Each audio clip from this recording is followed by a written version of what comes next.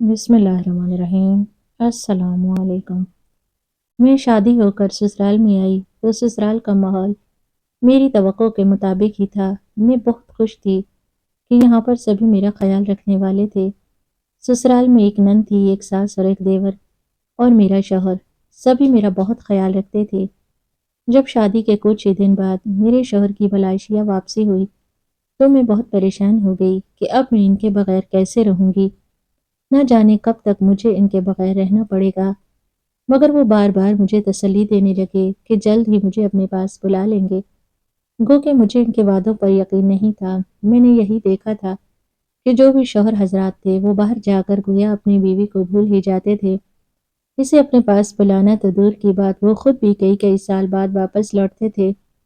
میں نے اپنے دل کو مشکل سے سمجھا بجھا کر راضی کر لیا تھا۔ روزانہ ہی میری ان سے فون پر بات ہوتی تھی۔ گھر میں میرے دیور کی حیثیت کسی نوکر جیسی تھی۔ جب بھی میں اسے بھاگ بھاگ کر سارے گھر کے کام کرتے دیکھتی تو میں اکثر اپنی ساس سے کہتی کہ آپ کا یہ بیٹا بالکل دیوانوں جیسا ہے، سارا دن گھر کی عورتوں کی طرح کام کرتا رہتا ہے، کیا یہ جاب نہیں کرتا، پڑھائی نہیں کرتا؟ ساس طنزیہ انداز میں کہنے لگی، یہ میرا سوتیلا بیٹا ہے اور یہ سب اپنی مرضی سے کر رہا ہے، یہ کور مغز ہے، نہ کچھ پڑھ سکتا ہے نہ اس کے بھیجے میں کوئی بات بیٹھتی ہے، بس یہ پاگلوں کی طرح عجیب عجیب حرکتیں ہی کرتا رہتا ہے۔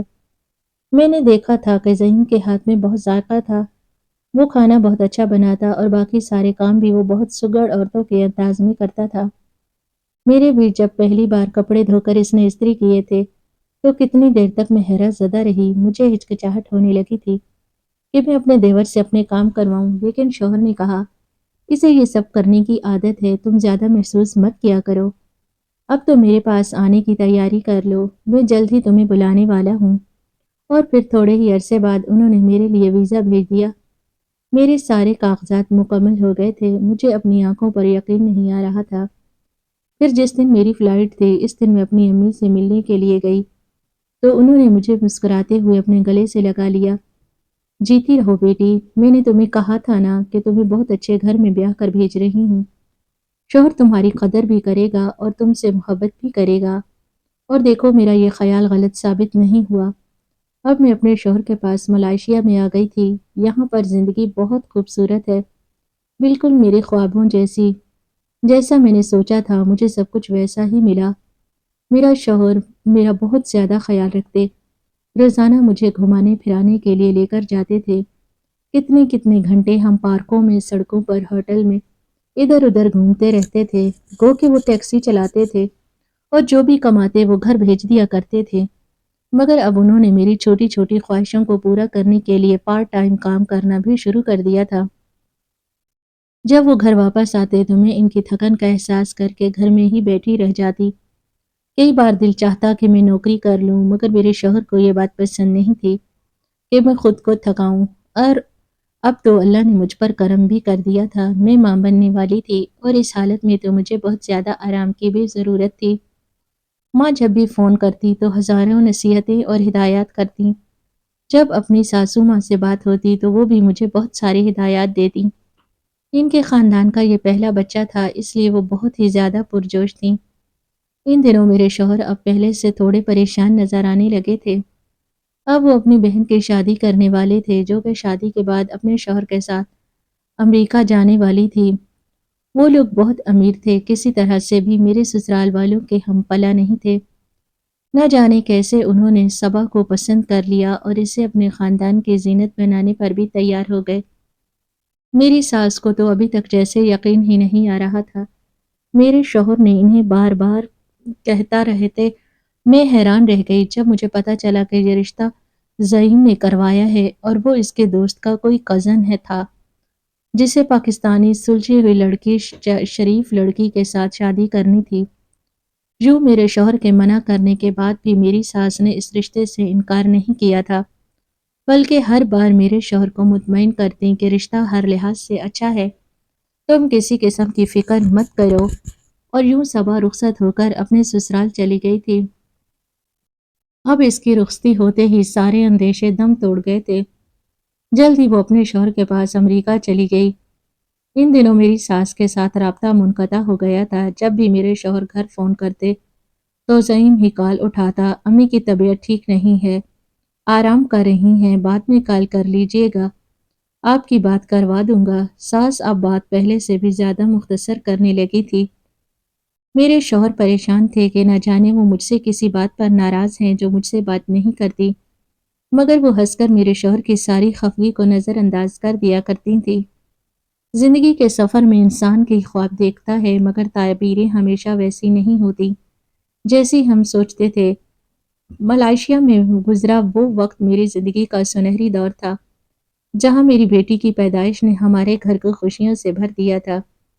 اللہ نے مجھے بیٹی دی اور ہم دونوں کو اپنی بیٹی سے بہت پیار تھا۔ وہ ہماری آنکھوں کا تارا تھی اور میرے شوہر تو اپنی بیٹی پر جان چھڑکتے تھے۔ ہماری ساری امیدوں کا مرکز ہماری بیٹی ہی تھی۔ ہم اس کے لیے ایک روشن مستقبل کے خواب بنتے تھے اور میرے شوہر دن رات محنت کرتے تھے تاکہ اسے کسی چیز کی کمی نہ ہو۔ پھر ایک دن اچانک قدرت نے کروٹ لی اور میری زندگی کے سارے رنگ اڑ گئے۔ میرے شوہر کا ایکسیڈنٹ ہو گیا۔ وہ ہنستے کھیلتے گھر سے نکلے تھے، مگر واپسی ایک اندھوناک خبر کی صورت میں آئی۔ میری ساری دنیا اندھیر ہو گئی۔ اس پردیس میں جہاں میرا کوئی سہارا نہ تھا، میں اپنے شوہر کے بے جان وجود کو دیکھ کر ساکت رہ گئی۔ جب میں نے سسرال میں کال کی تاکہ انہیں اس قیامت کی خبر دوں تو فون زعیم نے اٹھایا۔ میرا خیال تھا بھائی کی موت کی خبر سن کر وہ تڑپ اٹھے گا، مگر اس کے لہجے کی سرد مہری نے مجھے ہلا کر رکھ دیا۔ وہ کہنے لگا، میں لاش کو یہیں پر دفنا دوں؟ ان لوگوں کو لاش نہیں چاہیے، یہاں لانے کا کوئی فائدہ نہیں۔ میں حیران پریشان تھی کہ کوئی اتنا سنگ دل کیسے ہو سکتا ہے۔ وہ بھائی جس نے اپنی بہن کی شادی کے لیے اور گھر کے اخراجات کے لیے اپنی جوانی پردیس میں گھول دی، اس کے ساتھ یہ سلوک۔ میرے پاس اتنے پیسے نہیں تھے کہ میں اپنے شوہر کی میت کو پاکستان لے کر جا سکتی۔ میں نے بہت چاہا کہ وہ اپنے ملک کی مٹی میں دفن ہو، مگر حالات نے مجھے مجبور کر دیا۔ اسے میں نے وہیں ملائیشیا میں ہی دفنا دیا تھا اور وہیں تنہا اپنی بیٹی کا پیٹ پالنے کے لیے میں نوکری کرنے لگی تھی۔ کتنے ہی سال میں نوکری کرتی رہی، پردیس کی سختیاں جھیلتی رہی۔ بیٹی کو پالنا، اکیلے زندگی کی جنگ لڑنا کوئی آسان کام نہ تھا۔ پھر ایک دن جب میں ہمت ہار گئی اور اپنی بیٹی کو لے کر پاکستان آئی تو اپنی ماں کے گھر پہنچتے ہی ان کے گلے لگ کر میں بہت روئی تھی۔ میں نے اپنے دکھ بانٹے کہ امی میں جوانی میں ہی بیوہ ہو گئی، میری بیٹی اپنے باپ کے سائے سے بچھڑ گئی، ہم نے کتنا برا وقت دیکھا ہے۔ تب میں نے اپنی ماں سے اپنے سسرال والوں کے بارے میں پوچھا کہ وہ اب کہاں ہیں۔ ماں نے بتایا کہ کافی عرصے سے میری ان سے ملاقات نہیں ہوئی، وہ لوگ تو جیسے کٹ کر رہ گئے ہیں۔ میں اپنی ساس سے اپنی بیٹی کو ملوانے کے لیے ان کے گھر میں لے کر آ گئی تھی۔ اس عالی شان گھر کی دیواروں سے اب خوشی نہیں بلکہ ایک عجیب سی وحشت ٹپک رہی تھی۔ میں نے جب اپنی ساس کو اس حال میں دیکھا تو میرے قدم وہیں جم گئے۔ وہ عورت جو اپنے بیٹے سے بے پناہ پیار کرتی تھی، جس کا اپنے بیٹے کے ذکر پر چہرہ کھل اٹھتا تھا، آج اس حال میں کیوں تھی؟ مجھے یاد تھا کہ جب ہم ملائیشیا میں تھے، ساس فون پر گھنٹوں اپنے بیٹے سے باتیں کرتی، اسے دعائیں دیتی اور اس کی ایک ایک بات پر واری واری جاتی تھی۔ شوکت بھی اپنی ماں کی ہر خواہش پوری کرنے کے لیے پارٹ ٹائم کام کرتا تھا۔ پھر یہ کیا ہوا کہ آج وہی ماں اس محل جیسے گھر میں ایک کچرے کے ڈھیر کی طرح پڑی تھی۔ میں بوجھل قدموں سے ان کے قریب پہنچی۔ کمرے میں ایک عجیب سی سرانڈ پھیلی ہوئی تھی، جیسے کئی دنوں سے یہاں صفائی نہ کی گئی ہو۔ ساس کی آنکھیں چھت کی طرف جمی ہوئی تھی، شاید وہ بولنا چاہتی تھی، مگر ان کی زبان ان کا ساتھ چھوڑ دیا تھا۔ میں نے آہستہ سے ان کا ہاتھ تھاما جو بالکل ہڈیوں کا ڈھانچہ بن چکا تھا۔ امی جی، میں آئی ہوں، شوکت کی بیٹی کو لے کر آئی ہوں، میں نے لرزتی آواز میں کہا۔ شوکت کا نام سنتے ہی ان کی آنکھوں کے پپوٹے ہلے، ہلکے سے تھرکے اور ان کی آنکھوں کے گوشوں سے آنسو بہہ کر ان کے گندے رخساروں پر گرنے لگے۔ ان کے گندے لباس پر جمی گرد اور رال کے نشانات اس بات کی گواہی دے رہے تھے کہ اس گھر میں دولت تو بہت تھی مگر انسانیت دم توڑ چکی تھی۔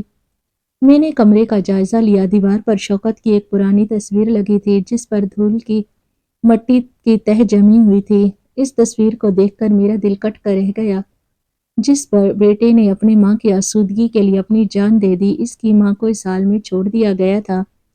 مجھے رہ رہ کر زعیم کے وہ الفاظ یاد آ رہے تھے، ہمیں لاش نہیں چاہیے، کیا زعیم نے ساس کو کبھی بتایا بھی تھا کہ ان کا پیارا بیٹا اب اس دنیا میں نہیں رہا، یا اس نے کوئی اور ہی کہانی گھڑ رکھی تھی؟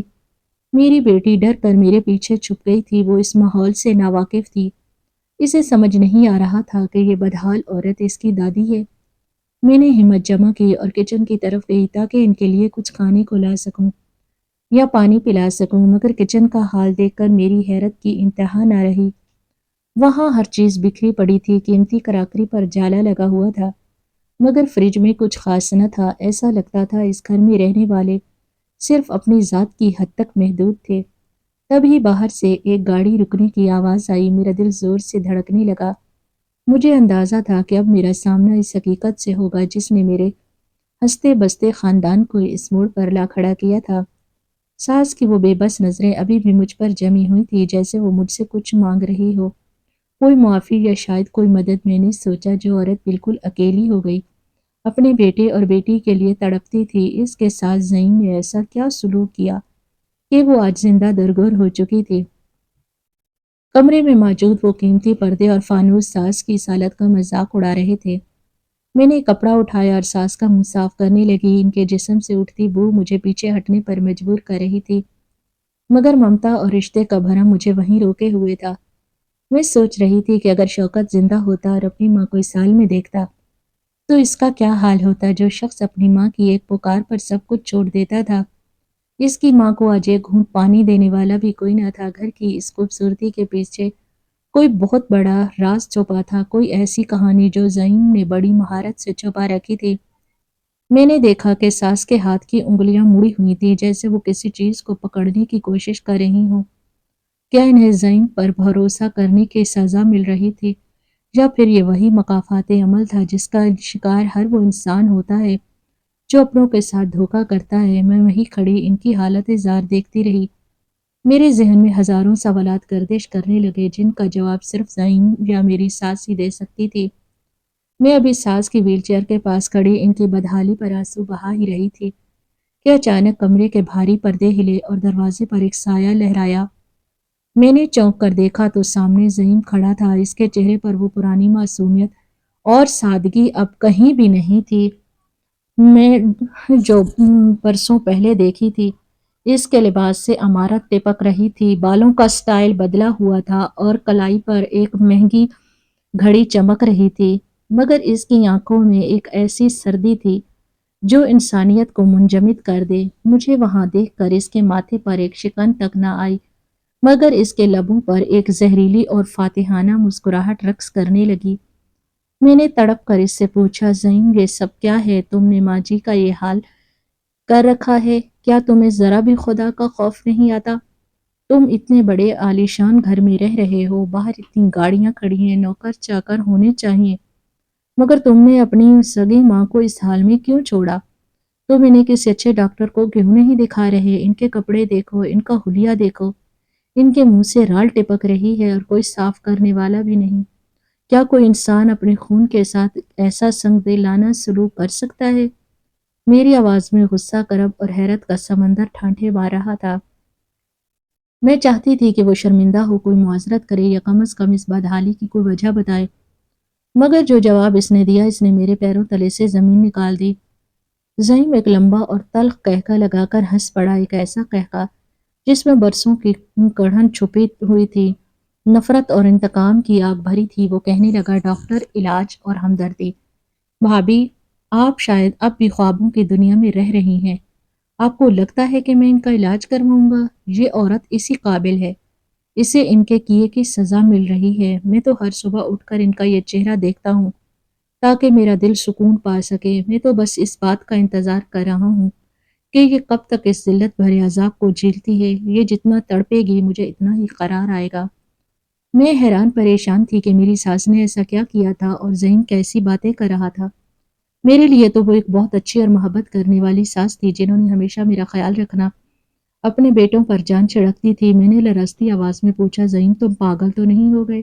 یہ وہی ماں ہے جس نے تمہیں پالا، جس کے تم سب سے لاڈلے بیٹے تھے، جس نے میرے شوہر سے زیادہ تمہاری فکر کی۔ تم اتنے احسان فراموش کیسے ہو گئے؟ تب زعیم کے چہرے پر نفرت کے بادل مزید گہرے ہو گئے وہ میرے قریب آیا، اس کی آنکھوں میں وحشت تھی اور وہ ایک ایک لفظ چبا کر کہنے لگا، میری ماں نہیں بھابھی، کبھی نہیں۔ یہ میری ماں نہیں، یہ تو میری سب سے بڑی دشمن ہے۔ حقیقت تو یہ ہے کہ میں ان کا سوتیلا بیٹا ہوں۔ میری اصل ماں میرے ابا کی دوسری بیوی تھی، جو ایک بہت ہی غریب اور شریف گھرانے سے تعلق رکھتی تھی۔ وہ معصوم عورت صرف محبت کی تلاش میں اس گھر میں آئی تھی، مگر اس رحم دل عورت نے اس کی زندگی جہنم بنا دی۔ میری ماں کی موت کے بعد جب میں بالکل چھوٹا تھا، ابا مجھے یتیم اور بے سہارا سمجھ کر یہاں لے کر آئے تھے۔ انہیں امید تھی کہ ان کی پہلی بیوی اور سوتیلے بچے مجھے اپنا لیں گے، مجھے سینے سے لگائیں گے، مگر حقیقت اس کے برعکس تھی۔ اس نے کمرے کے عالیشان فرنیچر اور قیمتی فانوسوں کی طرف حقارت سے اشارہ کرتے ہوئے کہا، آپ نے مجھے شادی کے وقت گھر کے کام کرتے دیکھا تھا نا؟ آپ اکثر ساس سے کہتی تھی کہ میں دیوانوں کی طرح سارا دن جھاڑو پوچھا اور برتن کرتا رہتا ہوں۔ وہ میرا شوق نہیں تھا بھابھی، وہ میری سزا تھی۔ انہوں نے مجھے اس گھر کا بیٹا نہیں بلکہ ایک معتبر نوکر بنا کر رکھا تھا۔ جب تک ابا زندہ رہے یہ عورت میرے سامنے پیار کا ناٹک کرتی رہتی تھی، مگر ان کے پیٹھ موڑتے ہی یہ میرا جینا حرام کر دیتی تھی۔ میں کچن میں کھانا بناتا تھا، آپ کے اور صبا کے کپڑے دھوتا تھا، جوتوں کو پالش کرتا تھا، کیونکہ مجھے ڈرایا گیا تھا کہ اگر میں نے ذرا سی بھی سستی دکھائی تو مجھے گھر سے نکال دیا جائے گا۔ وہ ایک لمحے کے لیے رکا، جیسے ماضی کے تلخ زخم اسے آج بھی درد دے رہے ہوں۔ مجھے وہ سرد راتیں یاد ہے جب میں کچن کے ٹھنڈے فرش پر سوتا تھا اور یہ لوگ اوپر نرم بستروں پر خواب دیکھتے تھے۔ مجھے وہ دن یاد ہے جب میں بھوکا ہوتا تھا اور یہ عورت اپنے بچوں کے سامنے گوشت اور لذیذ کھانے رکھتی تھی اور مجھے بچی کچی روٹی دال دی جاتی تھی۔ اس نے مجھے کبھی بیٹا کہہ کر نہیں پکارا، ہمیشہ نوکر، کم بخت یا کور مغز کہہ کر میری تذلیل کی۔ اس نے سب کو یہی بتایا کہ میرے بھیجے میں کوئی بات نہیں بیٹھتی، میں پڑھ لکھ نہیں سکتا، حالانکہ حقیقت یہ تھی کہ اس نے مجھے کبھی اسکول جانے ہی نہیں دیا تھا تاکہ میں ہمیشہ اس کا غلام بن کر رہوں۔ میں گم کھڑی اس کی داستانِ غم سن رہی تھی۔ وہ ماضی کے زخم ایک ایک کر کے ادھیڑ رہا تھا۔ وہ کہنے لگا، میں خاموشی سے سب سہتا رہا کیونکہ میں جانتا تھا کہ ایک نہ ایک دن میرا وقت آئے گا۔ میں نے اپنی جوانی اس کچن اور گندگی میں گزار دی تاکہ ایک دن ان سب سے حساب لے سکوں۔ جب آپ کے شوہر کی موت ملائیشیا میں ہوئی تو مجھے پتا تھا کہ اب میرا راستہ صاف ہے۔ وہ اس گھر کا ستون تھے، ان کے جاتے ہی یہ عورت اکیلی ہو گئی۔ میں نے جان بوجھ کر آپ کو فون پر آپ سے سنگ دلی دکھائی۔ میں نے جھوٹ بولا کہ ہمیں لاش نہیں چاہیے تاکہ آپ یہاں نہ آئیں اور اس عورت کو کوئی سہارا نہ مل سکے۔ میں نے ان کے درمیان نفرت کی دیوار کھڑی کی تاکہ اس کا مان ٹوٹ جائے۔ زعیم کی آنکھوں میں ایک وحشانہ اور شیطانی چمک تھی۔ صرف یہی نہیں بھابھی، آپ کو پتا ہے صبا کی شادی کیسے ہوئی؟ اس نے جس امیر لڑکے سے شادی کی اور امریکہ گئی، وہ لڑکا جسمانی طور پر معذور تھا۔ میں نے جان بوجھ کر اپنی بہن کا رشتہ وہاں کروایا تاکہ وہ بھی ساری زندگی اسی گھٹن اور بے بسی میں گزارے جو میں نے اس گھر میں گزاری تھی۔ میں نے ایک ایک کر کے سب کو ان کی اوقات دکھا دی ہے، اور رہی بات اس بوڑھی عورت کی تو اب میں اسے اس کے کیے کی سزا دے رہا ہوں۔ اس نے مجھ پر اپنی زندگی کو اتنا تنگ کر دیا تھا کہ اب میں نے اسے اس ویل چیئر، اس گندگی اور اس خاموشی میں قید کر دیا ہے۔ اس کے پاس یہ محل نما گھر ہے، یہ دولت ہے، مگر اس کے پاس وہ بیٹا نہیں ہے جسے اس نے نوکر بنا کر رکھا تھا۔ اب یہ تڑپتی ہے، بولنا چاہتی ہے، مگر فالج نے اس کی زبان چھین لی ہے۔ یہ خدا کا انصاف ہے بھابھی، یہ مکافات عمل ہے۔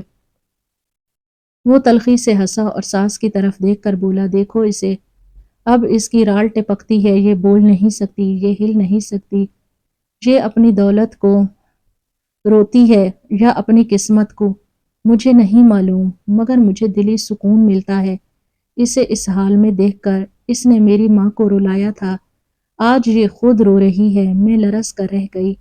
انتقام کی یہ آگ اتنی ہولناک ہو سکتی ہے، میں نے کبھی سوچا نہ تھا۔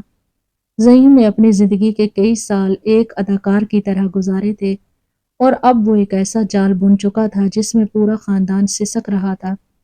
میں نے سوچا تھا کہ میں اپنی بیٹی کو اس کے دادا کے سے ملوانے آئی ہوں، مگر یہاں تو صرف نفرتوں کے ڈھیر تھے اور ایک ایسا بیٹا جو اب خود ایک ظالم بن چکا تھا۔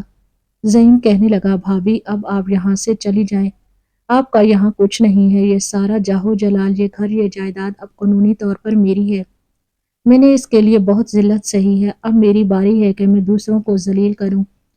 اس کے لہجے میں ایسی حاکمیت اور سختی تھی کہ مجھے اپنی اور اپنی بیٹی کی سلامتی کا خوف محسوس ہونے لگا۔ میں نے اپنی بیٹی کا ہاتھ سختی سے تھام لیا اور اس منحوس گھر سے نکلنے کا فیصلہ کیا۔ جاتے جاتے میں نے ایک آخری نظر اپنی ساس پر ڈالی۔ ان کی ساکت آنکھوں سے ابھی بھی آنسو بہہ کر ان کے گندے رخساروں پر گر رہے تھے۔ وہ شاید مجھے بتانا چاہتی تھی کہ انہوں نے جو بویا تھا وہی آج کاٹ رہی ہیں۔